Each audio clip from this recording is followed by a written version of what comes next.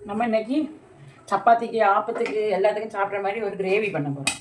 காலிப்பவர் உருளைக்கிழங்கு வெங்காயம் எல்லாம் வெட்டி வச்சுருக்கேன். அதுக்கு அரைப்புக்கு பச்சை மிளகு தேங்காய் அண்டிப்பருப்பு பெருஞ்சீரகம் போட்டிருக்கேன். அவ்வளோதான். இப்போ கடாயில் எண்ணெய் ஊற்றிடும். கடாயில் எண்ணெய் ஊற்றியாச்சு.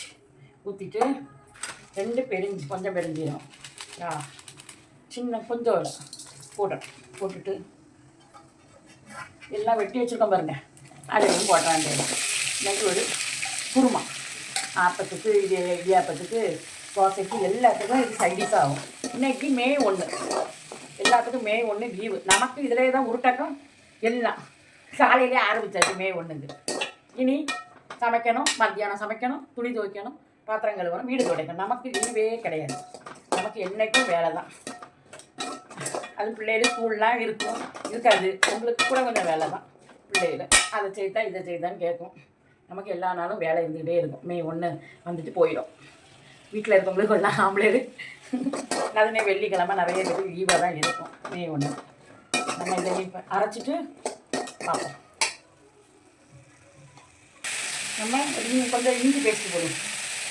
உருளைக்கிழங்கெல்லாம் போட்டுக்க மாட்டீங்களா? அதனால் இஞ்சி பேஸ்ட். நீ உப்பு போடலை. உப்பு அரை வேக்காடு வந்தோன்னா உப்பு போடணும்.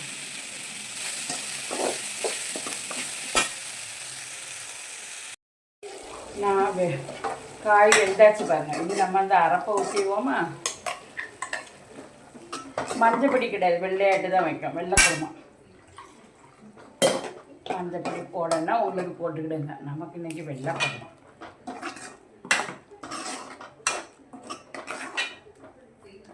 தண்ணி நமக்கு தேவைக்கு தான். கட்டியாக வேணால் கட்டியாக. உப்பு வரப்பெல்லாம் நல்லா இருக்கும். நல்லா நீ கொஞ்சம்